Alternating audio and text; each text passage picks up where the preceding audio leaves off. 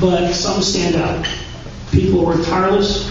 They're not fighting just at the local level, not at the regional, not the state, but they're fighting nationally and internationally. And the energy and the sweat it takes to do that is just amazing. With us tonight is one of those very few people who has the moxie to do that work. Please give a very warm welcome to Mr. Alan Gottlieb, second in line.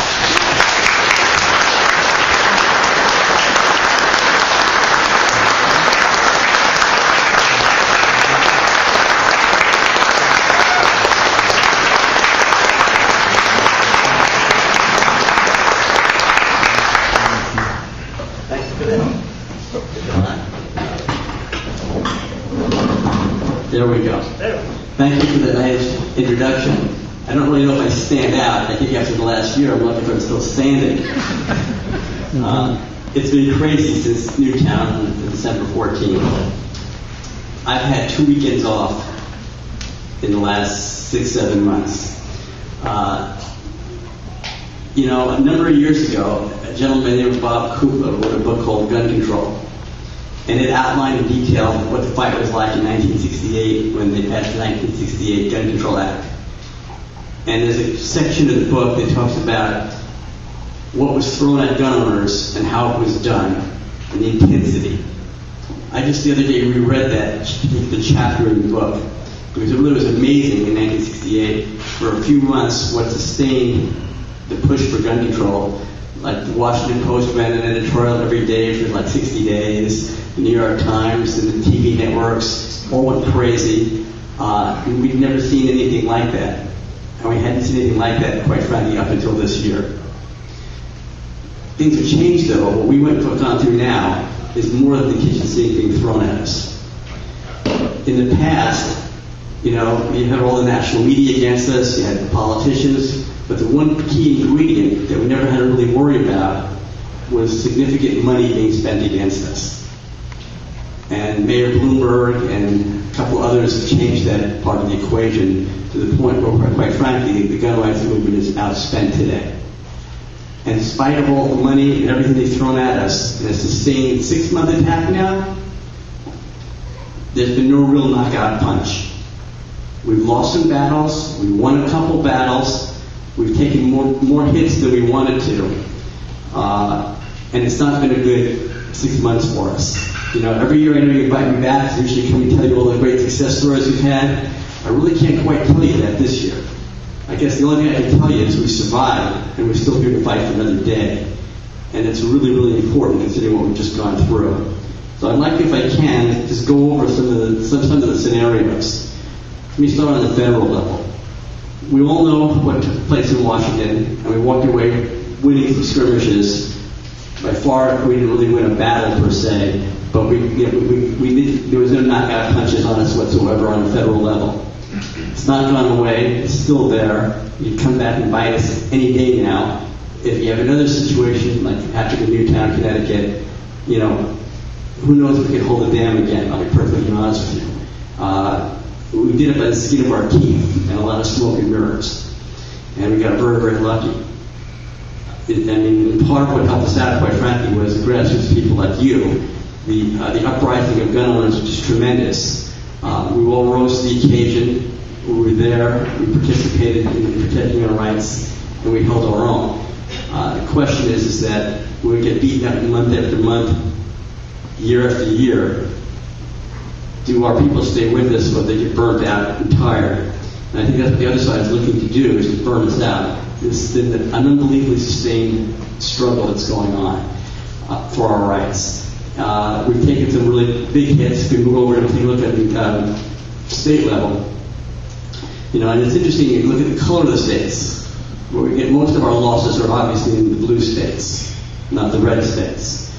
But we've taken hits, we're about to take hits in New York, Connecticut, Maryland, Colorado, California, New Jersey, Massachusetts. Those states, minus Colorado, are expected states where when things aren't going well for us, we don't expect to win. Colorado is the exception to the rule, and it's because we were our worst enemy there. The only reason we lost in Colorado was in the previous elections for the governor's race, the right of center vote got split 2 ways. We had a Republican candidate, the anti-gun Democratic candidate, and then Tom Crantado ran as an independent to split the right of Senate votes, allowing an anti-gun governor to get elected. In the state legislature, in very marginal districts that determine who controls the legislature in Colorado, the Libertarian Party ran candidates to split the right of Senate vote with the Republicans, allowed anti-gun Democrats to win. So in a state that should be fairly gun-friendly, we took one of the biggest hits you could ask for. The story that was just given a little while ago about the gun buyback in Colorado, that they can't even do it because the laws are so strict, is really kind of ironic, but that's how bad the laws in Colorado are now. They're approaching almost the same kind of draconian laws that you have here in California, in my opinion. The only place we've seen a victory that's significant is Illinois. And that only came about because of litigation that I've been involved in very heavily with the Second Amendment Foundation that forced Illinois to have to do something like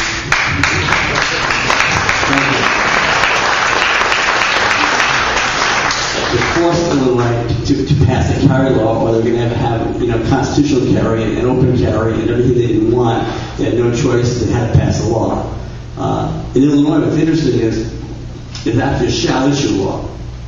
So it's better than California to that extent because you meet the criteria that they give it to you. The bad part is, in order to get it through, you did have to give up a few things, like where you can carry your gun. So if you take a metro transit, so to speak, or a city bus, you can't have the gun with you on the bus. There's a lot of places, carve-outs, where you can't have your firearm with you for self-protection. But it's a lot better. It's better than California's law. It's better than New York's law. And considering we did it in Illinois, home battleground of the president and Rahm Emanuel, it's quite a victory. And it's something to really be proud of. But again, we did it through a court, because it's a court victory. So let me move to the courts for a second. One of the problems we face, not just legislatively, but in the legal system, is right now the issue of gun rights has become a bit toxic. Legislators on our side would prefer not to deal with it. Judges on our side don't want to deal with it. So what we're seeing now in court is a lot of our cases where we spend lots and lots of time, effort, and dollars bringing about 30 or so cases in federal courts. What we're seeing now is the judges who are on our side don't really want to rule on it. And so what we're getting now is our friends are not friends, they're neutral, and our enemies have become belligerent. I'd hate now to watch our pro-gun attorneys go through oral arguments in the federal courts because it's like they're just under assault and they're under attack. It's really gotten kind of bad. A number of cases we should have won outright. We haven't won. And the only thing that might turn that around right now, quite honestly, is a case that we've just applied for cert in the U.S. Supreme Court, our Willard case in Maryland, our carry case, where we won it at the district court level with a great ruling. And unfortunately, in this case, we drew a three-judge panel on the appeals court that was the worst panel you could ever ask for. I think it's one Clinton appointee and two Obama appointees that were adamantly anti-gun rights. And they wrote a really bad opinion. They didn't rule against us. They wrote one that was stupid. So we moved for cert to the Supreme Court. The hope is the court will hear that case. The Supreme Court has had a chance to hear a couple of cases in the last year, and they chose not to. And a couple of the cases they chose not to hear were cases that would have been good cases to hear. So we're in a quandary. We don't know if they want to duck it right now because of the environment overall. And they just want to hide from the issue for a while until it calms down. Or if they will take our role in the case. Another important case is going to be coming up very shortly. And in fact, I was hoping this week we could get a ruling, and I was hoping to be in our favor before I showed up here today. This is here in California, is our Richards versus Yolo County suit, where we had oral arguments here in San Francisco in the Ninth Circuit, and we drew a three-judge panel. That one judge, I believe, is against us, but he knows we're right. One judge, I think, is firmly with us, and the other judge, who is the one who's headed the panel, is sympathetic to us. And I'm hoping that we get a ruling out of that court. One of the interesting questions they asked in oral arguments was there's another case that was brought that's being heard in the Ninth Circuit in San Francisco by a different panel of judges that was similar to ours. And they wanted to know, well, how does this affect us? If we rule one way and then one of our panels rules the other way. And we tried to get the court to say, well, we think that other case should be mooted and it shouldn't be heard at all. And luckily our panel went and talked with the other panel and they mooted the other case. So it didn't stand in our way, and the only one that's sitting there right now is Richards v. Yolo County. And if we're lucky, we're going to have a win there. Interesting thing in that case, and I'll talk a little bit more about it in specifics because it's California, is that one of the judges was a former prosecuting attorney in Yolo County, and they wouldn't give her a permit to carry. This is a carry case. And they wouldn't give her a permit to carry, despite the fact that a past defendant that she prosecuted threatened her life. And so they, like, why didn't I get one? I mean, I'm the perfect candidate to have needed one and had one. And in Yolo County, they didn't give it. Nobody gets a permit, by the way. It's zero. So our argument is it's not even may issue. It's non-issue, period. It's a ban. It's just like what we just won in Illinois. It really is an outright ban. While it may say it's may issue, it isn't may issue. Nobody gets one. And this particular judge on the panel, understood that, and she was I was one of somebody who should have gotten one. And the judges were sympathetic to her about that as well. So I think there's a really good chance in Yolo County, when they had their questions and oral arguments, couldn't come up with why nobody in the whole county should be able to qualify for a permit. I mean, they just couldn't answer the question. So we were able to make the point that there was a ban. Alan Gore, our lead attorney, led our oral arguments in San Francisco, and it was just great. He was able to show the judge that it's a flat-out ban. The judge on the panel, who was not in our favor, kept trying to get an attorney for Yolo County to be able to give some kind of a lifeline to answer a question properly, and he just couldn't do it. And the judge kept trying, and he couldn't do it.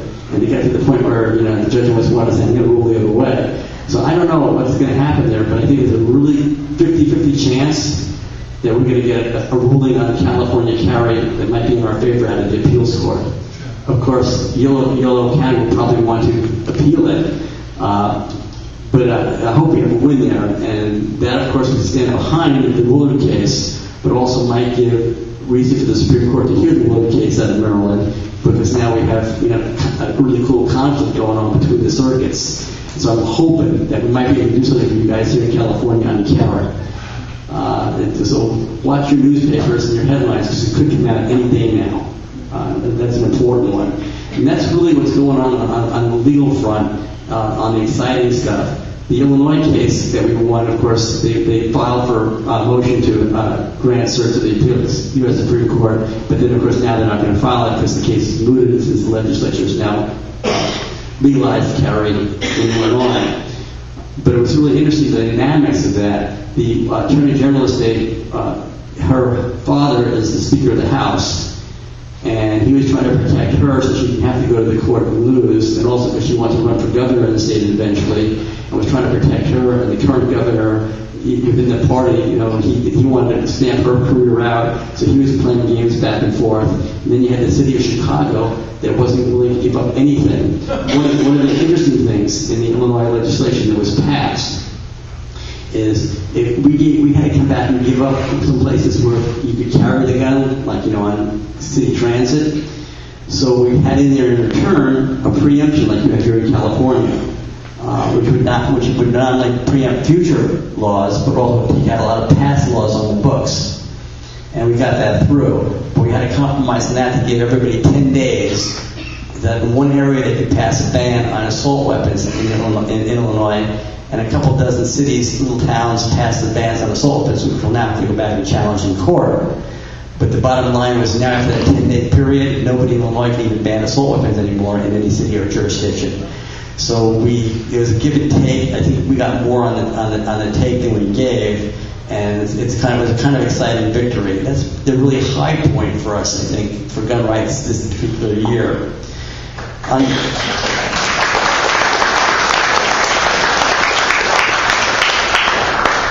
On the international front, and of course when I was here last year, we talked a whole lot about the UN and the Arms Trade Treaty, and it ended up getting worse, not better. They did sweep in ammunition, like I told you they were trying to do, into it, so it wasn't just handguns, rifles, and shotguns that we call small arms. They also put ammunition into it, and they obviously passed it. The U.S. obviously voted for it, at the UN. Interesting thing, though, is the United States is still not signed the treaty. And what's funny about this is that initially they didn't sign it because what happened was somehow the UN screwed up, and in translation between languages, the treaty didn't say the same thing in every language. And so the English version of the language didn't match the other versions of the language. And when we pointed it out, it gave the State Department, we had some friends in the State Department, it gave them some problems about having the U.S. government sign something that we'd signed something that another country would sign that didn't mean the same thing. That got resolved, but they still haven't signed it. And it's really kind of interesting. In fact, about a month ago, I got a call from somebody with the Arms Trade Treaty at the United Nations wanting to know what gives with the U.S. government, why haven't they signed it yet? And I go, why are you asking me? Well, you're the people that fought against it the whole way, and you must know something. You must have been able to accomplish something why they haven't signed it.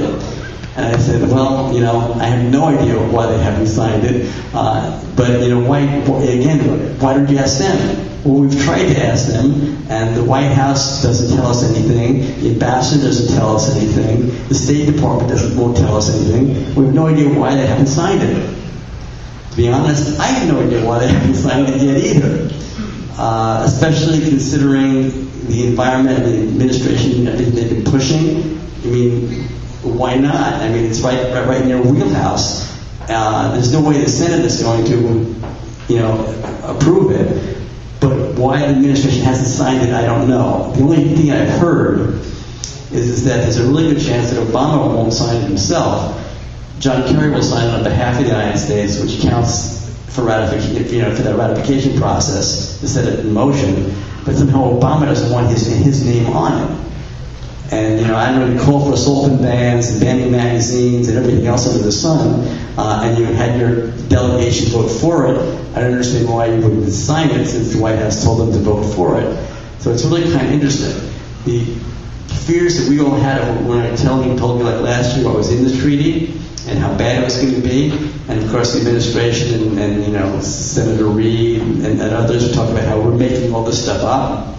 Well, 2 weeks ago, at a meeting that was quasi-United Nations meeting, but hosted by some anti-gun NGOs in Europe, actually done at the UN in Vienna, with a lot of nation delegates there from various countries, and of course the Second Amendment Foundation was not allowed to participate. I want to read you what their preamble was and what they're trying to accomplish to go on in the enforcement of the Arms Trade Treaty. And this is just talking about if we're overhyping things. Just listen to this. This is their words, not mine. To demonstrate why civilians cannot have any kind of weapons for self-defense, but only the ones allowed by law and which are restricted and prohibited weapons they cannot possess or use. To help to achieve a balance between the legitimate use of small arms light weapons by civilians and the need to reduce risk to family, community, and state security. Offer comprehensive information on how to regulate civilian possession and use of firearms and ammunition.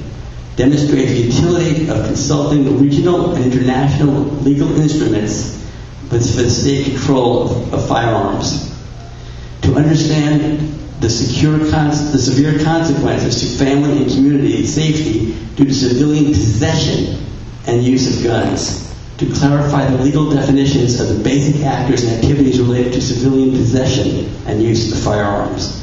It goes on a little further than that. But does that sound to you like they want good people to own a firearm or a bullet? And this is what they're working on. So it's not so much what's in the Arms Trade Treaty itself. It's going to be in how the United Nations and nations enforce the Arms Trade Treaty. And that's what this meeting in Vienna 2 weeks ago was all about. And of course, in the United States, none of our program NGOs were allowed to be there. The reason why I even have this to read to you is a delegate from one of the countries that was a delegate representing a government leaked it to us. Or we wouldn't even know about this. And of course, you didn't see this in any newspapers or TV stations or anywhere. And this is what goes on behind the scenes. So this UN threat is very, very much alive. And I just want to read that because it's really instructive, especially when we get accused of overhyping things and exaggerating things. We didn't exaggerate anything on the Arms Trade Treaty. Well, where are we now and where are we headed? First, let's look at some polling. Okay, and I'm going to start off by saying, on the polls that you read about background checks, and by the way, you probably don't really care about background checks because whatever Congress passes will not be half as bad as what you have here in California to begin with. But on background checks, when you see the polling in the media about high 80s, low 90s support background checks, those numbers are real. That's the one area that's our weakness. And we really need to, quite frankly, in my opinion, understand that and fight smart when it comes to background checks. The other thing that's interesting in the polling data, though, is that we took about a 9-point hit on every gun question you could ask in a poll right after Newtown. Today, that 9-point hit we took is basically gone on everything but background checks. Which is really interesting because, as we all know, the shooter in Connecticut didn't get his gun by getting it without going through a background check. He stole it from his mother, who did go through a background check. But nevertheless, and also what's interesting on background check data, while 80-90% of the American people want background checks, 2/3 of the people who want the background check fully admit in the polling data that they know it won't work. But the problem we face because of that is that means we have no argument to use to them to change their opinion because they know it won't work, but they want it anyway. So you can't tell them it doesn't work. Criminals don't go through background checks anyway to change their opinion. There's nothing we can do to change those numbers. Those numbers are going to stay there. The other question pulled against it is that do American people believe a background check by itself is gun control? And they don't. Because if you pass a background check, you can still have a gun. Now, for us, the devil's in the details and how the background check gets enforced and what happens with the data and what kind of registration scheme or system gets put in place. But the average person who favors a background check doesn't care about any of that. So the arguments that we have that we've been making on background checks don't fly. They don't work. They don't change anybody's opinion on it, on the people on the other side of the question. Recognizing that, that's a loose cannon for us. We have to figure a way to deal with that and fight smart. Because if we don't, what's going to happen is the people on the other side are going to win on that question. And when they win, they don't just win the issue. They win elections. They get people elected to office on that. And those people come in, and they don't want background checks. Those people want bans. And so this puts our politicians on our side at risk and everything else. This is an issue we have to learn how to deal with and fight smart with. Yes? Is there a strategic advantage to being pro-background check? Because the Nation 2 bill, it was a very pro-background check bill, but at the same time had a lot of pro-gun stuff in it. Well, I'm going to answer that with you because the reason I have pro-gun stuff in it is I helped write all those provisions that were in it. Okay? So yes, I do think it's really strategic to work with on that. It's important.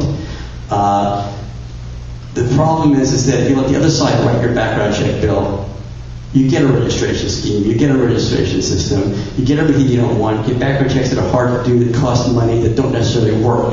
I mean, for us. They're not going to work to stop the criminal, but they don't work for us. So my answer to that question is yes. And when you have 89% of the people supporting background checks, and you oppose it, you are out of the mainstream. So you have to find a way to deal with it and twist it in your favor. Manchin Toomey didn't go far enough, in my opinion. I was hoping to get it to go further. But the bottom line is that I think that's the way to work on it. And rather than drawing a line in the sand on background checks, where 80-90% of the people don't support our position, I don't think that's the place to draw the line in the sand. I think we should take that, use it to our advantage, and get a whole bunch of stuff for it. Like in Manchin Toomey, there's a lot of great provisions. Interstate sales of handguns, which you can't legally do now, you could do. Gun dealers can sell across state, bring their inventory across state lines and sell their things there. Safe passage, where you have the firearm in certain restrictive states like New York, for California if you don't live here, but for me it would help. But New Jersey, New York, Massachusetts, places like that where you can no longer be detained and stopped and arrested for traveling with your firearm. There'd be a whole lot of things that built in to help us out, things we could never win through Congress, under the current stalemate between Democrats controlling the Senate and an anti-gun president in the White House. We could have run the table on a whole lot of pro-gun stuff that we could never get passed any other way in return for one if it was done reasonably. I think the Manchin Toomey background check part of the bill was done as about as reasonably as you could probably get it through the Senate. It barely just missed, mainly because we had a concealed carry permit. We were exempted from it. It only dealt with gun shows, internet sales. It really wasn't a universal background check. It only went so far and had a lot of protections in there. It had a clause in it for no registration, and no registry list, and had it for the first time, not just for new background checks, but for the current ones being done, that if any of the data got misused by any government official or anybody else, that there's a 10-year prison sentence attached to it. It would have included leaking it to a local newspaper that you had a permit, or that you bought a gun. So there were some things that were really good. And I think we need to fight smart along those kind of lines, because if we don't, it's going to really unravel everything for us. Yes? I've been using this phrase a lot in other meetings, but it's come up again in your speech right here regarding background checks. When an anti pushes the background check, like what we're dealing with in Sunnyvale, they're pushing a non sequitur. It goes without saying. On its face value, to argue against that is to be defensive. You're arguing the obvious. Now, my belief is there is a way to respond to it where you don't have to compromise. You have to step sideways and respond to the issue, but in a side alley sort of way. And in this case, I think the real way to do it is very, very, very hard, cold, accumulated data that cannot be ignored. And what is that cannot be ignored? That the background checks, when they have been tried, are never followed up upon when it comes to those who are mentally insane or already adjudicated to be mentally ill in the court system. We saw that in San Bernardino, we saw that in Santa Monica, and we saw that in Colorado, and we saw that again in Connecticut. We need to drive that day in, day Truth out, is, day in, day out. you and I would totally agree on that, and we're totally right on it. The data supports everything we think about it. The American public who supports the background check knows that too. They already know that, but they don't care. But the reason why they don't care is because we're not doing it on the offensive. We're doing it on the defensive, and that's where the problem is. When you're on the offensive and you keep repeating it, I agree. I love being on the offense. That's what the media does. So I don't disagree with you, but the polling data pretty much shows that when the people learn that the data that we're talking about is legitimate, they still don't care.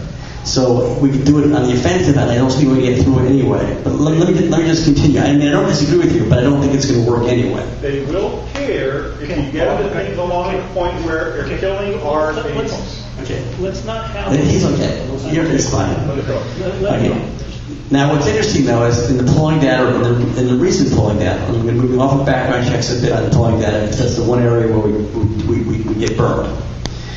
What's interesting is that the American people, when they're polled, do you have a constitutional right to own a firearm of your choice? 74% say yes. Only 17% say no.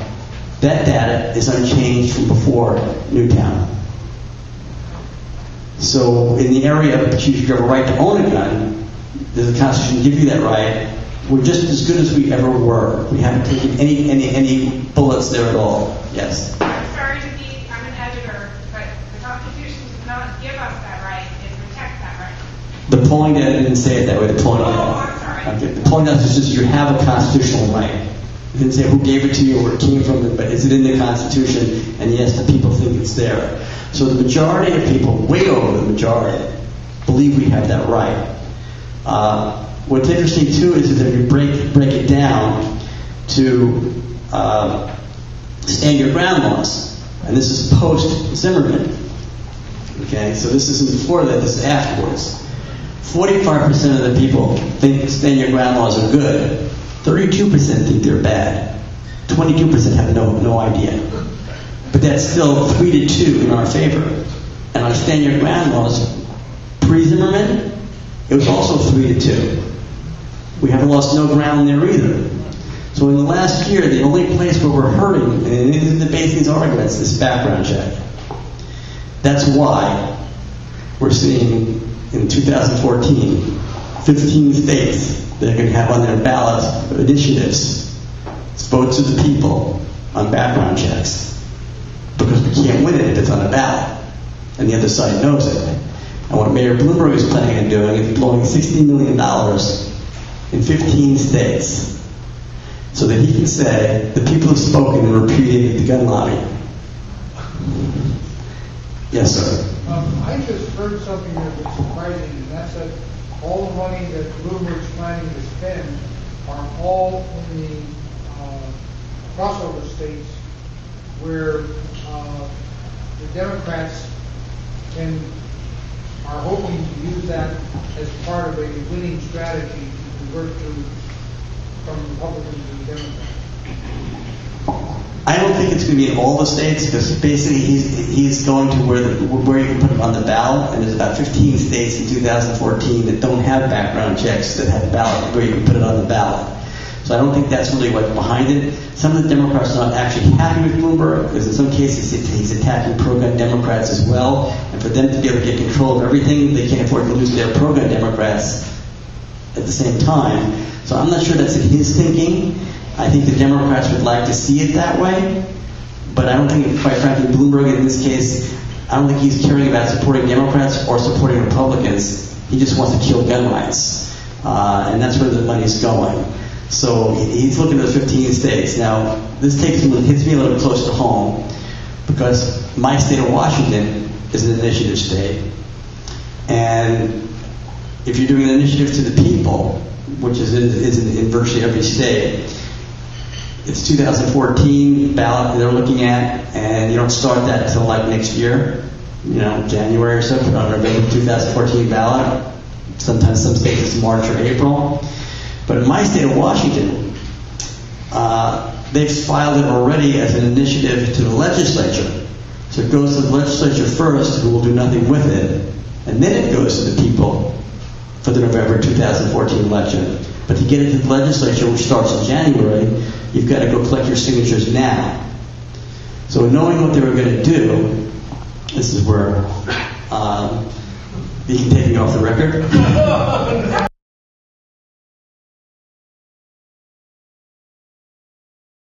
Public perception that having background checks is good.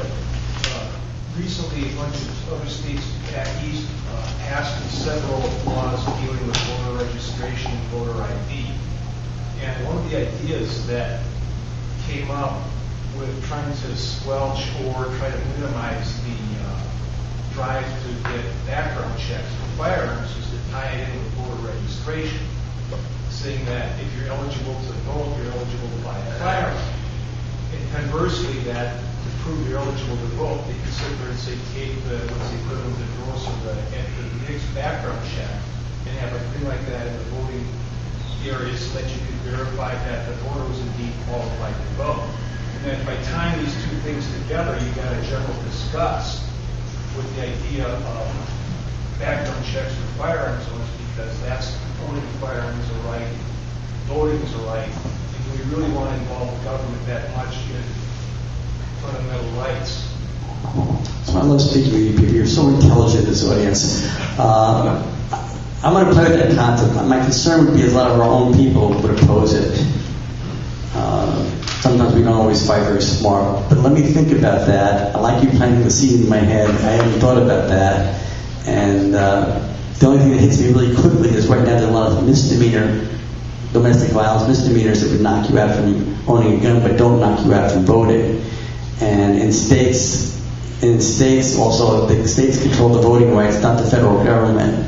So I'm not sure how it's going to play with the federal law, if there's a federal background check versus the states and how they do that. But let me play with that. Let me run that past some more legal counsel as well. If I haven't thought about that, thank you very much. It gives me something to play with. I appreciate that. Anyway, let me go back to the most recent thing, that Zimmerman Stand Your Ground, which is the latest thing that may have impacted gun rights. And I gave you the polling data showing that, in fact, it really hasn't impacted our gun rights. I think one of the reasons we're seeing a lot of the anti-gun Democrats screaming now about get rid of stand your ground laws, it's not because they think they can get rid of any of them, because they can't. I think they're concerned that that's an area that we might be able to take strength in numbers of the polling that are on our side and move it to some of their blue states that don't have stand your ground laws. And I think they're doing that, trying to set up a firewall to try ahead of time to stop us from moving into their states to pass stand your ground laws, since the people do support those. And I think that's why you're seeing so much of coming out against it. Side bar story on this, which I just love. Barack Obama was extremely anti-gun, and we all know that, right? But what you probably didn't know is, and you've started to see him on TV talking about we got to get rid of the stand your ground laws, and Eric Holder, his Attorney General, talking about getting rid of stand your ground laws. What you probably don't know is that in Illinois, their stand your ground law, Barack Obama was a sponsor and voted for it when he was in the state senate. So why don't they publish that and make it I don't know why, but I just find this really amazing. I'm in this quandary. I'm not sure I really want to publicize it because I want our people to think Obama is the worst thing since the worst thing going. It's totally anti-gun. But here's a case where he was the sponsor of the Stand Your Ground law in Illinois and voted for it. Do we give him an A? But I just wanted it amusing. I want to let you know that because it's something that has not been really in the press. How many of you knew that? Actually, there's more hands than I thought. Again, this is a sophisticated audience.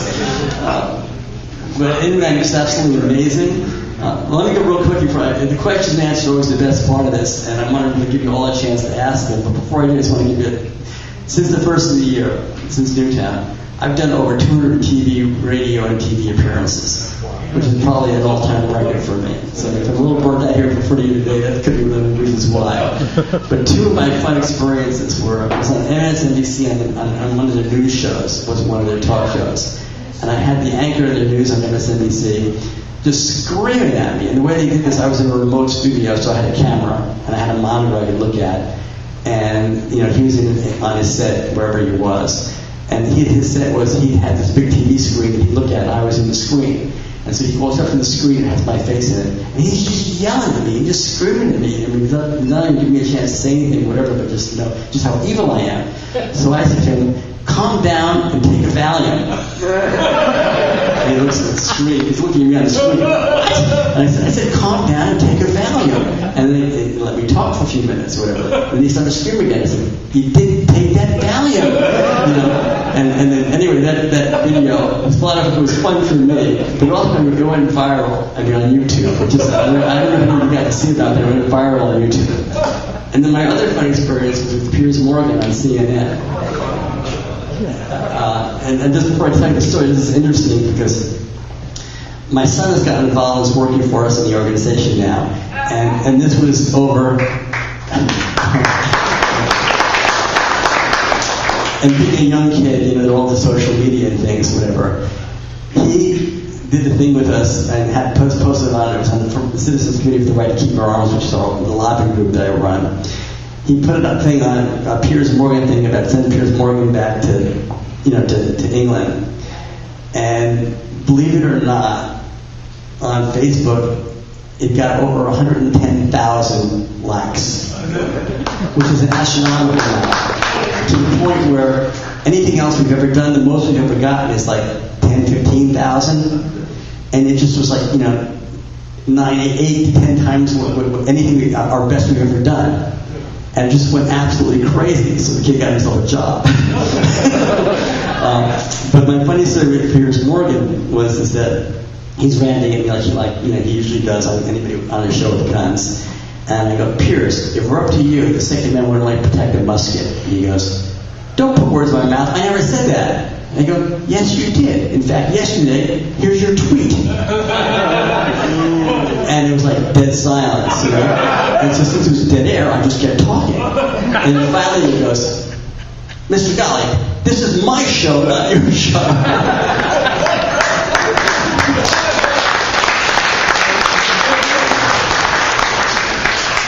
And that's when I really knew I had him. Those are my two better experiences on all the media I've done. But what's happened is interesting in all the media that I've done. I will admit, this year, there's more neutral media that I've been on than in past years. But the other side, they don't want you on. They only want their talking heads. So it's sort of, I'm only really on conservative media. I'll be on Fox News with no problem. But minus MSNBC, because they put me on all the time. Why, I don't know, but they do. But by and large, liberal radio talk show hosts, I don't think I've done one. Oh yeah, excuse me, Alan Combs nationally. That's the only one I think I've done with a liberal all year. I mean, their idea is to cover it is just black it out. You don't get your say at all. Perhaps they're afraid of a battle of wits. Perhaps they are. All right, let me go to questions and answers. That's the best part of this. Yes, sir. Do you have polling data regarding registration? Yes, I do. Sure, share. Polling down on registration isn't as bad as background checks, but it's about 2-to-1 people favor it. We don't win on registration either. Registration is a better argument for us than background checks, but it's not a really winning one for us. People just don't believe we're going to turn to Nazi Germany. We're going to take the registration list and take your guns away. Of course, if you live in New York or New Jersey, you might be able to say, or California, some places, you might be able to say it's already been done. How about Florida? Well, per person or two, but not across the board. So, Louisiana? Well, Louisiana wasn't for registration. They just knocked on doors and took people's guns. Confiscation. It wasn't done as for registration list. Louisiana doesn't have registration. Yes, sir. If you're able to successfully win these cases against these counties so that they become shall carry, don't they still have the opportunity of putting their own little infringements in that they almost impossible? Well, they always can do whatever they want to try to do, and they're going to get away with a chunk of it. Yes. I mean, it's not going to be absolute. But again, we're not going to necessarily make, in Yolo County's case, in that suit, I don't think the appeals court in San Francisco, if they rule our way, is going to say that you have to have a shall issue. I think what the appeals court is going to say is Yolo County's law is being enforced unconstitutionally because it's basically a no issue. So they'll force them then to issue, but they're not going to force them to be shall issue. That's the case that we really want to get before the Supreme Court, because that's where the only place we're going to get it. And my guess is the Willard case in Maryland, if the court grants cert, that'll be the question. Is quote unquote, does it have to be shall issue? If you meet a criteria, you have the right, you have the right. So the Yolo County one may not go that far, but my hope is that, let me give you back on the Yolo County one. That suit really wasn't just Yolo County. It was actually Sacramento County and Yolo County. Sacramento rolled over and played dead. Sacramento signed a consent agreement to make it shall, that they would do it where they count it as shall issue, even though the law says it doesn't have to be. We have a consent agreement with Sacramento County. In Sacramento County, it's a shall issue. The sheriff is issuing a shall issue. Even though California's law is not shall issue. But that was a consent agreement to get them out of the suit. Yolo County wouldn't consent to anything. So I mean, it's an ongoing battle no matter what. If you look at the Illinois suit we just won and the law we just forced to be passed in Illinois, you still have to have training, and it's more hours worth of training than it should be. You still have to pay more money than it should really cost. I mean, there's a bunch of hoops you have to jump through that, like it or not, there's no way we can say it's unconstitutional. It may be bad public policy, but not all bad public policy involving firearms is unconstitutional. So, how can citizens in Santa Clara County be denied the right that somebody in Sacramento County has? Well, that's called equal protection. You might be able to go back to court under a whole different guise, but not under Second Amendment, but under equal protection. I'm a California resident. The California law here is applied one way, and here it's applied another way. My concern in that California is going to be is they're going to say, well, in Sacramento they're applying it overly broadly, and they don't have to. But if we read the letter of the law in California, it's may issue, and until you get rid of the may issue, but we're not going to probably win that argument. Yes. Thank you very much for being here. It's fantastic. I've been following a lot of what Dave Workman's been working out there. I know you guys are really good friends. And I came from Seattle, moved down here, and really. I'm sorry. I know. When I was my mom said, "You want me to come get your gun? You want to bring the car?" I said, "No, bring the truck." But anyway, so we came down here, ran to Doe County, ran across the deputies down there, and asked them about concealed carry, and they laughed and said, "The sheriff's never approved anything in 20 years, and it never happened." They were very proud of them. I started following that case, the federal case with the sheriff, and I think they stayed the decision because A144, right, said the lady still had a remedy for unloaded open carry, but then they were going to stay that until the ballot was decided upon. Then the governor actually signed it. Wasn't there another? That wasn't why they were staying. Actually, the Richards Yolo County case was stayed for a while until because we started that one a long time ago. That was stayed, I believe, until the Supreme Court ruled on McDonald in Chicago, and then that stay was removed. It had nothing to do with anything in the state. Okay, I thought it was something to do with the 8144 being on the ballot. No, it may have been stayed for a while because of Nordike as well. Okay, so when the state appeals court was hearing Nordike, everything else got stayed for a while under Nordike. Okay. But it had nothing to do with legislation. So quick question. So the question is, so you guys were suing and got to Sacramento to play nice. My understanding is about 75 counties in 75% of the counties in California are pretty much the fact of shall issue now. And wasn't there an an initiative that said that there has to be equal application across the state of California for and the governor to sign that? I thought not that I know of. Does anybody know anything about that? I don't believe that's correct. I thought there was. I thought that got passed. I was going to ask you guys if you were going to help enforce it. No, I know nothing about that at all. We do have another case that actually I was deposed in. I'm going to get the name of the case wrong. I apologize because there's so many of them. But I was actually deposed in Los Angeles on it by the state attorney general here. We're in federal court suing California on your background check bill. And you're not background, but your waiting period. We have a suit going on. Cal Guns Foundation is a co-plaintiff with the Second Amendment Foundation. That's moving right now. And our argument is that once you've gone through a waiting period and already have a gun that you bought in California through the DROA system, there's no reason why you should have a waiting period to pick up your second gun since you already have one and you've already been cleared.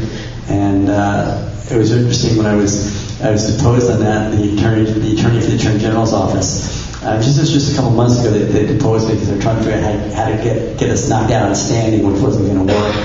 But he asked me some great questions, and just wanted to share this with you.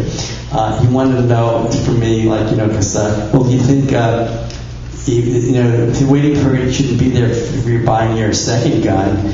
How many guns do you think you should be able to buy? And so I said, well, as many books as I buy from my library.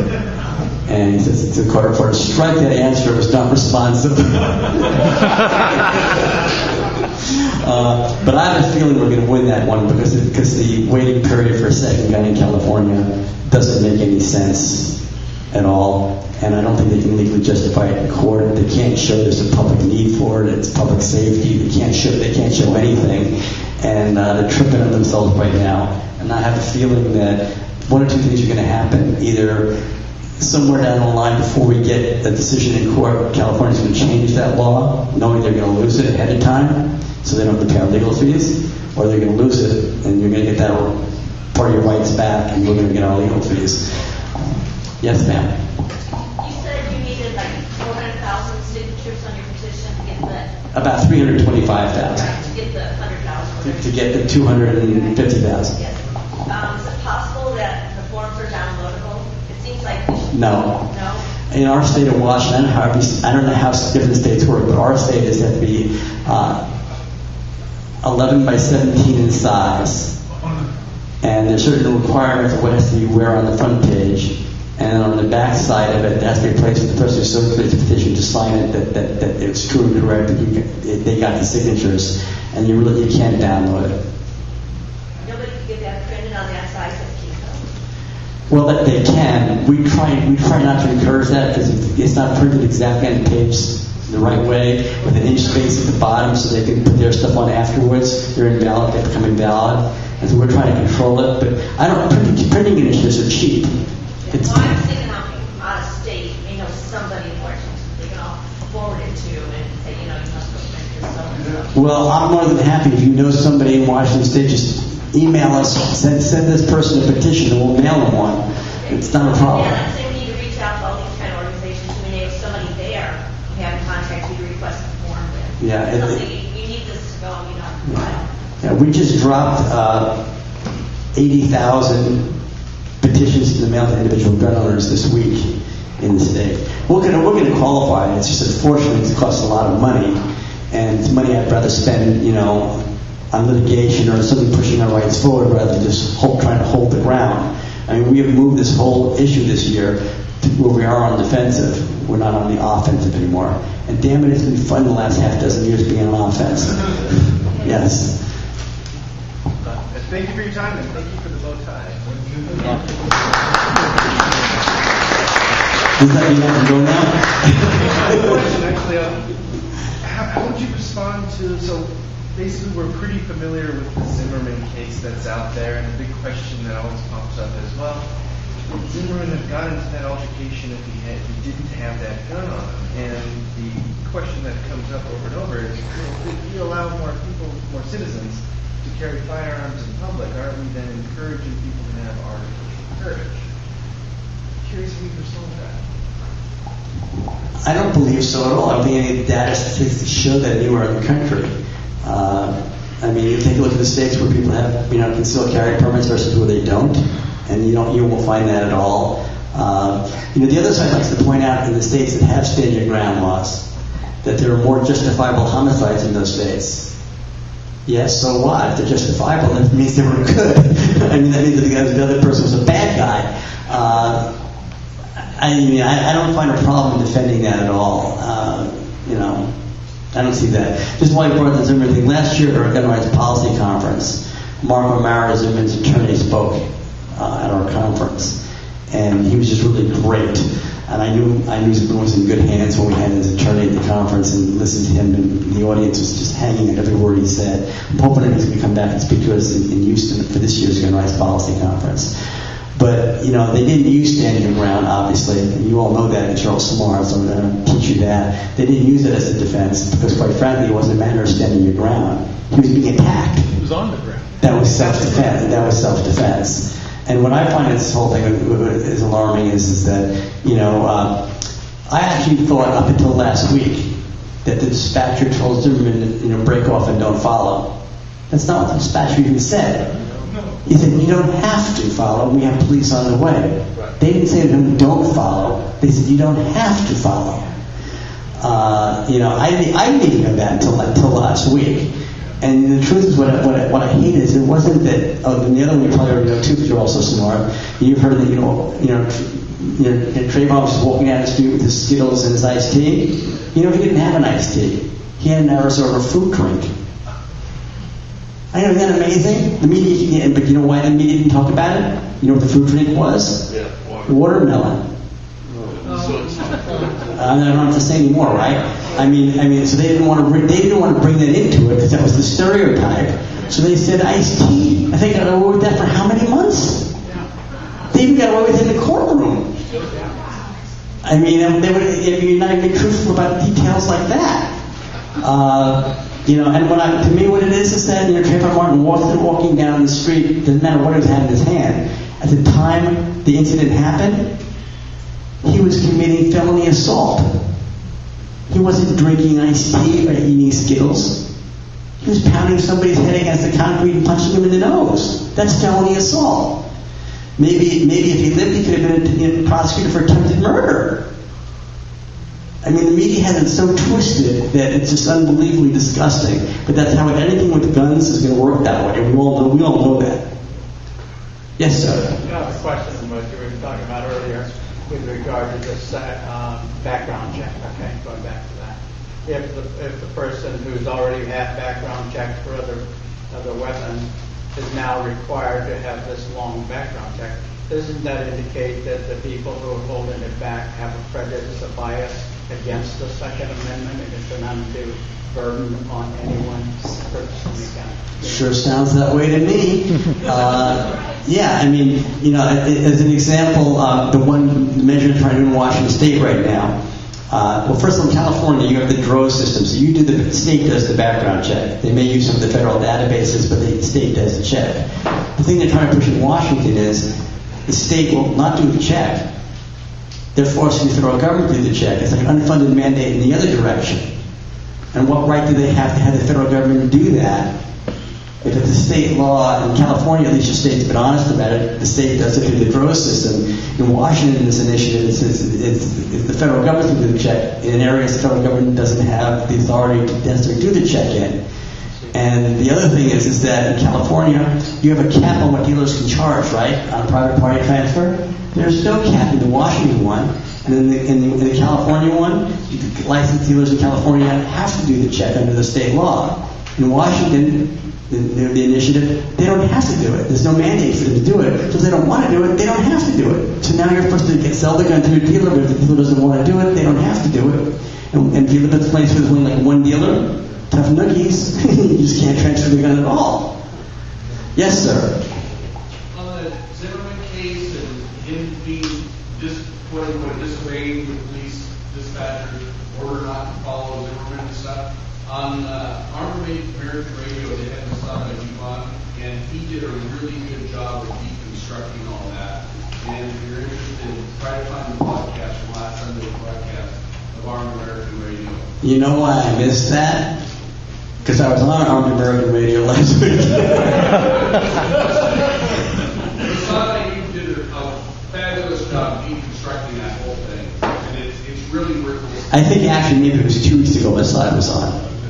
Yeah. Well, me it was. Because I was on last week. Masada, by the way, is on the Second Amendment Foundation's board of directors. He's one of our directors. Armed American Radio is a great show. Did anybody ever get a chance to listen to that? How many of you get to listen to Gun Talk with Tom Gresham? Yeah. But just as an aside. As a podcast. Okay, as an aside, the reason that show existed was my idea, and I'm the one who got Tom to do it. I'm the one who initially got the funding and it all happened. Yes, sir. Right, thank you. So I want to kind of follow up with my previous comment. SB 610 passed here in California that standardizes the permit process for concealed carry. And it's going into effect January 2014. So I was wondering if SAF would be able to use that that says all the permits process they have to be standardized. It's going into effect in 6 months. Well, there's a chance that we will be doing it. Off the record, we had some consulting on the bill to begin with to try to make it so it would not just only give us a chance of filing another suit, but might help us with other suits we currently have filed. So while the bill isn't necessarily something that we like, it may actually help us in litigation. There is some truth to that. Okay. Well, thank you. Yes? Is there anything we can do to help stop the entry? I mean, I don't trust the senators for doing instead. The UN treaty. Yeah, it's not going to get ratified by this United States Senate. The problem, like I told you last year when I was here, is that when these treaties get signed, they don't go away. So, and if the votes aren't, it's not going to go to the Senate for a vote if it's going to get voted down. They just won't bring it up. If you don't bring it up, it hangs around alive forever. So it's a dagger hanging over our heads in future years if you get the wrong Senate, then they might ratify it. It's just like the SIFTA treaty with Central American and South American countries that we signed has some anti-gun provisions in it that was signed by Bill Clinton. That's never come up for a vote. And Bill Clinton hasn't been president for how long, but it's still hanging there, so they can bring it up for a vote anytime they want. That's the problem. There's no way to kill it? No, there's no way to kill it. The only way you can do it would be now, once a president signs it, I don't think even a new president can. There's no way to remove that signature. There's nothing you can do about it. The treaty directly violates the Constitution, so the Constitution should trump the. This is a question I got here last year, I remember as well. And one of the problems is that the treaty power for the U.S. government to enter the treaty is in the main body of the Constitution. It's supreme power for the federal government to enter into.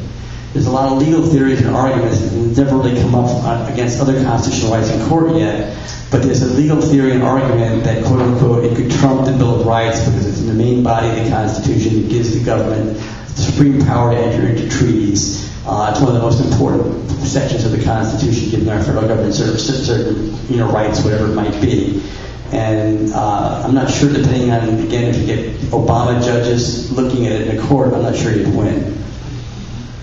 That's one of the elections have consequences. To me, the biggest consequence that we've had with Obama is the legacy of the anti-gun judges on these courts. He has used it as a litmus test. He has not appointed one judge to any federal bench, appeals court, or the Supreme Court that supports gun rights. It's a given if you go before an Obama judge, no matter what, we're not getting a ruling in our favor, period. And if he has a couple more years to go, it's not just the U.S. Supreme Court. There's very few cases that get to the U.S. Supreme Court. The appeals court basically is your last, the only real appeal you really get unless the Supreme Court decides to hear a case. So at the appeals court level, a lot of circuits right now, they're shut down. I mean, if you're in New York or New Jersey circuits, kiss your rights goodbye. That's where we need to get a case fast in the Supreme Court. Yes, sir? This will be kind of a fundraising plug, possibly. But what you said about Bloomberg and the amount of money they're starting to pour in, and the proliferation throughout many states of anti-gun legislation, what kind of forecasting have you done to project how much more in the way of litigation expenses need to be incurred? Because that's where it's going to go. And what we're going to need to do as gun owners is open up our wallets and support court cases and support litigation. Because that's, in California, when a law gets passed, they do it for free, and Kamala Harris is going to defend it for free on our dime as taxpayers, and we need to pay also to oppose its implementation. So have you done any forecasting? Do you have any idea of what we need to do to support litigation? Your $10 and $15 donations help tremendously, and quite frankly, on my litigation budget right now, my 2013 and my 2014 litigation budgets, I don't have any problem with it in the foreseeable future. My bigger problem is the lobbying budgets on the other side of the equation, stop the laws from getting there in the first place. I mean, fighting the Bloomberg, the George Soroses of the world, pushing everything to the state legislatures is a real big problem. And quite frankly, that ends up costing more than my litigation does by a long shot. So the legislative part may be the bigger part. In California, I agree, it's almost a lost cause. I mean, it's a problem. One of the things that on litigation that concerns me is not so much having the money to do it. It's getting the courthouse door slammed in my face, whereby the precedent is set, and then nobody else will hear a case in the future. That's the big concern, and that's been the case in a lot of courts, a lot of circuits around the country. Our windows are narrowing and closing fast with Obama appointing judges. It's a problem. That's my bigger fear. Come on, give me one more question. Yes, sir. I'd like to get back to what I was discussing earlier about what I view to be a trap in the form of the use of non sequiturs when it comes to debating an issue. I'll use an example of my wife. My wife's a pharmacist. She works inside, outside the social system. She works in the hospital. She dispenses drugs and has to also deal with mental issues on occasion, not often, but on occasion. And she will often bring a lot of the talking points home and throw them at me. When she threw the whole background check idea at me, I did not even respond to it, because it is a non sequitur designed to make you respond to it and put you on the defensive over what is obvious. And the audience, even though they agree with you, are not going to be compassionate for your side because you're defensive. My response was to literally switch to one side and say, honey, the state of California already has the authority to adjudicate the mentally ill who are a danger to themselves and others and put them in guardianship. That is what's not happening, that should be happening. And what am I doing with her? I'm sending a non sequitur right back to her, trying to argue the obvious, that the state's not doing their job. And she immediately got off the background check discussion and went straight to the adjudicated mentally ill Superior Court and said, honey, you're right, the state's not doing that. I deal with it all the time. In a matter of seconds, I took her mind totally off this and put her entirely on this by not responding on the background check. That's, I think, the problem. We've got to avoid that. I don't disagree with you at all, but again, I just want to say that the general public, you might take their mind off of it to divert into something else, but if it's on a ballot for them to vote for it, they're still going to vote for it. That's the problem. The data's there, and you mentioned the vote for it. But they already know the data is there. 2/3 of the people who support background checks, which still give you majorities in support of background checks, know they don't work and they won't have any effect whatsoever. They know it. They don't care. Because they hear people trying to defend the obvious instead of talking more about that, which is allowed to happen, that is not happening. Well, I agree with your argument in how to do it, but I don't think it's going to work. My polling data shows it isn't going to work. But if you have to argue the issue, your way is the right way to argue it. I agree. I mean, I just don't think, like it or not, I think we're knocking our head against the wall on that one. I mean, I wish we weren't, but yes, sir. Well, the flip side is that rather, I think the other term for non-sequitur, the other was like red herring. Yeah. Red herring argument. But what about something like, instead of waiting for the battle to come to us, kind of take it? Yeah, I'm all for that. He's right. One of the things the gun lobby has done in the past, and we've gotten away with it, it's worked. I'm not saying it hasn't worked. Is diversion. They come with something, and you change the subject to something else, and use that as your argument. You don't take the argument head on. You divert it to something else, and it's worked. But it's not working with background checks. We've been doing it in that area, in all honesty, on test data and focus groups for a number of years, and it just doesn't work. Well, what I was going to ask about was, what about something like HR 35? I think it's the federal HR 35, which was the Safe Schools Act of 2013, which would essentially repeal the 1,000-foot gun-free zone around schools. And I don't know how far that got, but that seemed like a good something that going against to try to roll some of this gun control back. And I was wondering what your thoughts were about that, because I know it was introduced and it got it did get some attention, it got sponsorship, and I guess the committee is modification, it did get attention. We don't have the votes to pass it, but we use that a whole lot because obviously that's no proof that gun control doesn't work. Where do all these things happen in gun-free zones? I mean, it's a magnet. It's not about it. But if we had control of the Senate and the House, federally, and a pro-gun president, you could pass it and get it signed. But until you have the right playing field, the right players in the right places, you're not going to get it through. Democrats are not going to let you get away with that one. I mean, So, I mean, somewhere down the line, if we get control of something, yeah, they can make that happen. We have had some places in some states where we've rolled back the state law gun-free school zone laws. But again, it's because they're red states and we totally control them. Yes, sir. You mentioned that a lot of people support background checks, and I think at face value, I think that's the common sense approach is I think where it's coming from. If that's a losing item for these kind of rights, if it's going to get on the ballot and it's going to pass, and you mentioned trying to get out in front of it, use that as an offensive way to actually try and use that as a lever to throw in other things that we're trying to do. How can you take that from the extremes that people are talking about, from ban everything, get rid of everything, and I don't want to give up anything, so like, look, I want to take this to a medium and kind of center discussion. You raised a good point.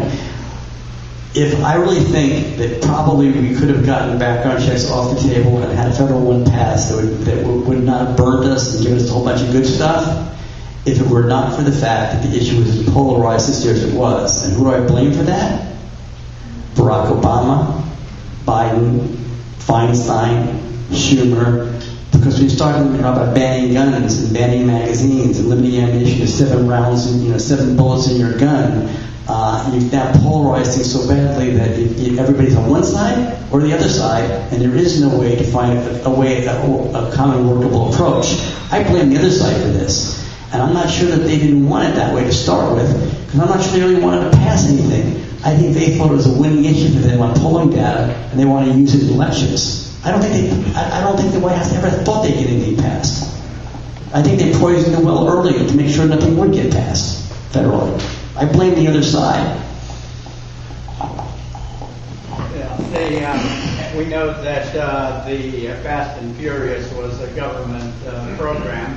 You know, that's pretty obvious now, and that was the genesis of it with the whistleblowers on the ATF.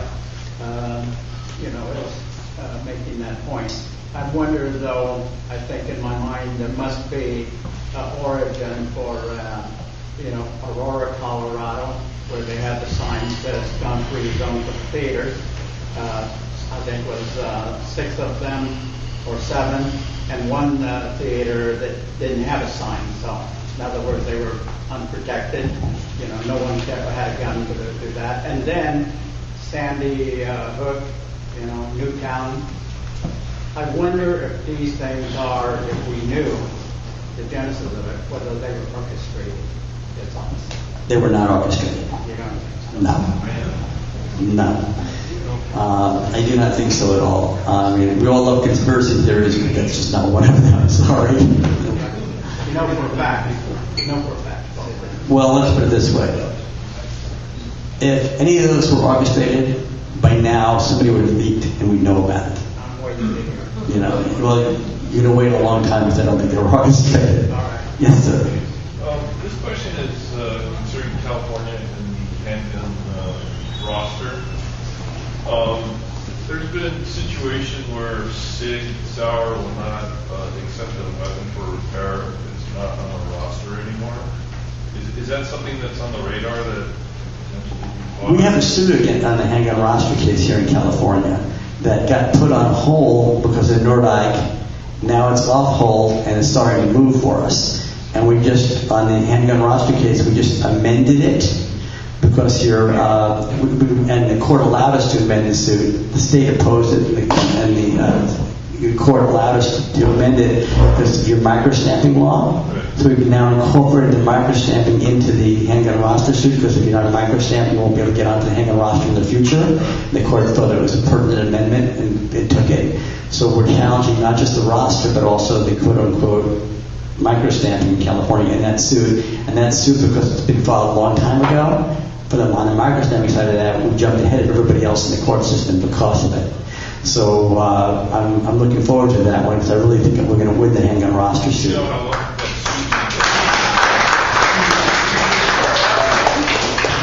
how long that suit can take to resolve? I mean, is it 5, 10 years out? No, if I'm not mistaken, I'm doing this from memory, but I think we've had that suit in court now for at least 3 years. Yeah. I'm doing it from memory. And I'm thinking that at this juncture, we're probably within the year of having it at the trial court level and a decision. No matter what, it's going to the appeals court. But the bottom line is that case is now really moving. So that's another case in California that could help you out here. Okay, any more questions? One more. 2 more. Were you implying when you said that there are plenty now and plenty more to come, circuit court appointments by Obama, that the window will almost close on ever winning another term seat? I won't say ever. Yeah, it'll answer your question. Yes, the window is going to close. There's a significant number of vacancies right now that Obama's going to get to fill in his remaining 3 years. We're going to have a big problem. So I have a couple of years worth of doing anything, and then we have a problem. Forever? No, because these people in the court are going to die, and somebody else is going to appoint new people over time. But the question is that I don't know who else to be alive by that. Okay, so whatever. These are lifetime appointments. Yes, these are lifetime appointments. So, I mean, the problem is, to be candid with you, most of the really good judges on the court's federal bench were appointed by Ronald Reagan. He hasn't been president for a long time. Because people are getting kind of old right now. And unfortunately, Clinton and Obama put a lot of anti-gun judges on the bench. So it's a problem. It really is. If I just on the legal side, there's really only one big legal question that I really want to make sure the courts resolve for us. You know, and we had two legs of the chair, and the third one we need. The first leg was they said that the Second Amendment was an individual right. The second leg was they applied it to all the states. The third leg is carry. I want carry to be that constitutional right. After that, the cases aren't as important anymore. Once we get those three legs in place, we've done more damage to the other side than they ever thought we could do. The rest, anything else above that is icing on the cake. But we've got to get this third leg fast. That's why I'm really, really praying the Supreme Court grants cert on the Willard case out of Maryland.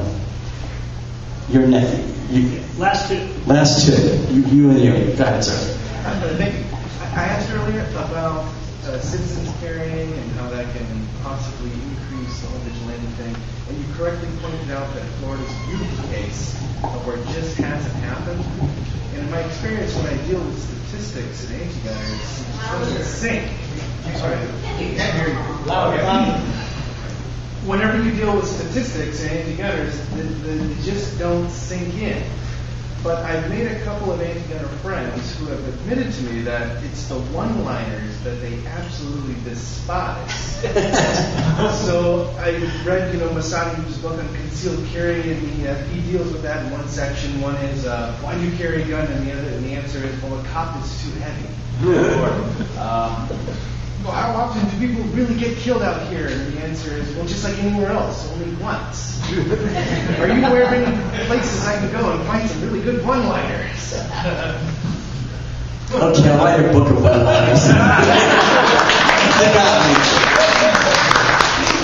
Just 1 second. One observation on another way to kind of, you may have avowed anti-gun judges in various positions. But I noticed, like, if you're in California, that when budget time comes, that they can kind of bend the political will somewhat when their raises come up for review, such that you may not have to wait a generation in order to try to influence the judges that Obama puts up on the courts. It's a possibility that, somewhat large, that if you had sufficient control for both houses of Congress with regard to budget or the judiciary, that their decisions could be swayed. Keep thinking, you're doing great. The only problem is that we're based on that is going to be, you also have pro-gun judges that don't want to take pay cuts either. And so everybody in Congress will protect their friends and probably never get enough votes to say we're limiting salaries or rolling back judges' salaries. It's the good old boy syndrome. Only Democrat salaries. Only Democrat salaries. They'd probably file an equal protection suit. But I mean, keep thinking. I like that approach and logic. Can I get one question? One last question. Okay. Just one.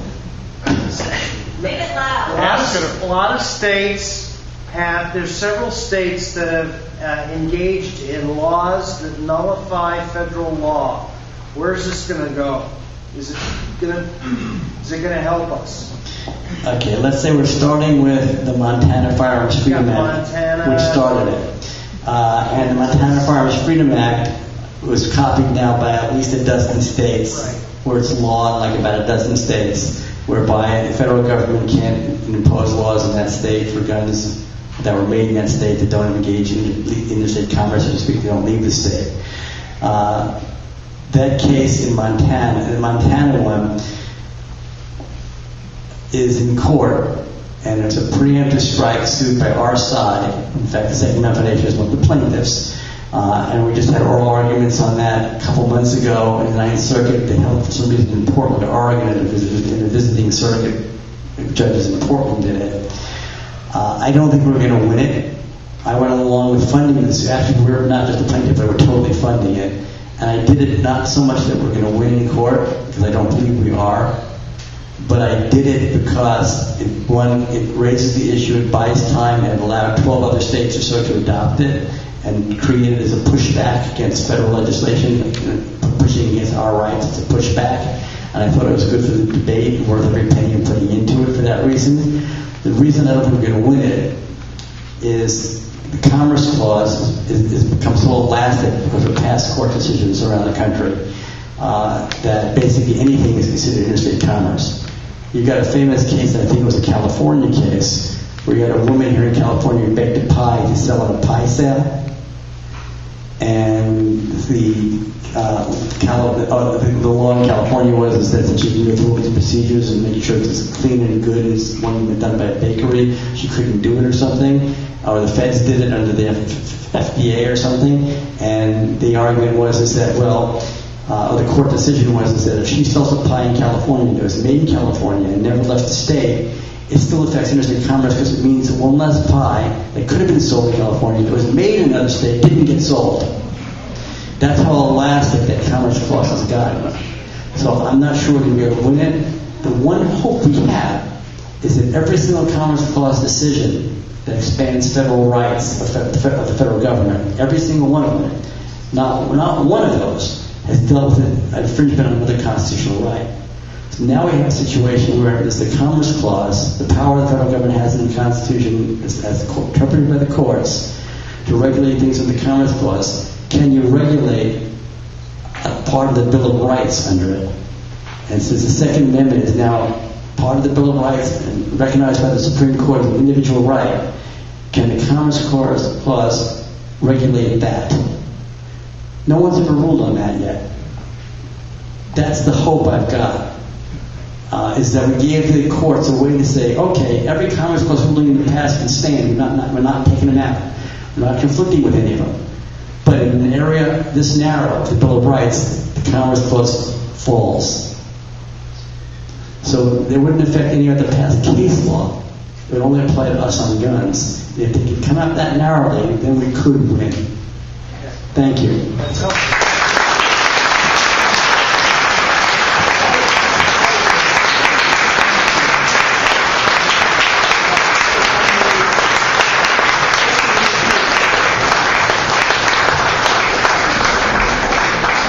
Ladies and gentlemen, I started this meeting and I said our speaker is someone who fights not just locally, not just at the state level, not at the national level, but internationally.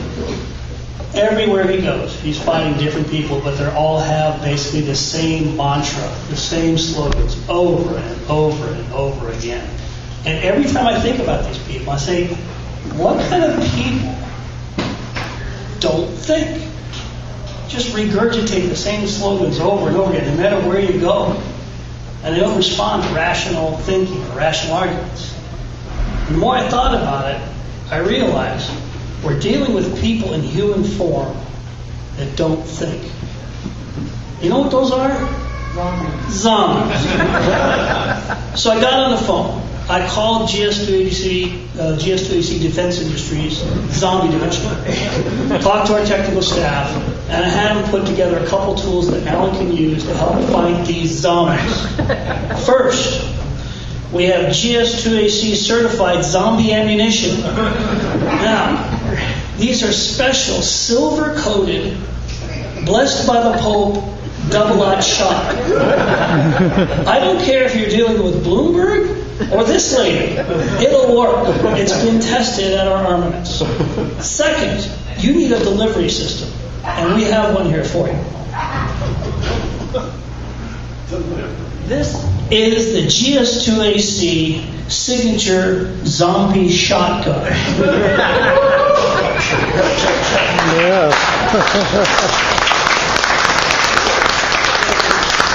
It has the zombie logo on the heft. It's been tested and works against zombies of all types. 99%? And it is 100% effective. It is our hope that as you go forward, these will be useful tools in your battles against the zombies for gun control. Wow.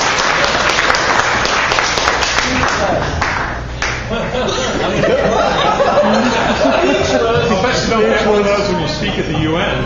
And in addition, sign up and join SAP. There you go. Okay. It's okay. We'll take all the members we can get. If you want to join for $15, be my guest and go do it on the website at saf.org. Thank you.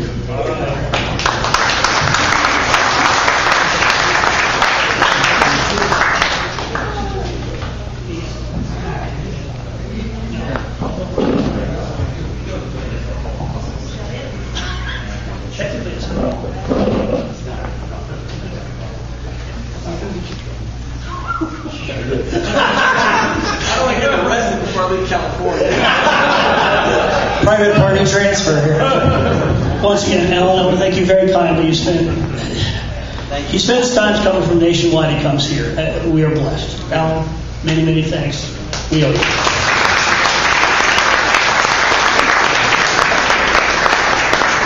The truth is, I come every year because I want to. You're a great audience, and you actually charge my batteries back up. And let me tell you, being out on the cold road every day gets tough. And you guys just get my energy levels really pumped. Thank you. Ladies and gentlemen,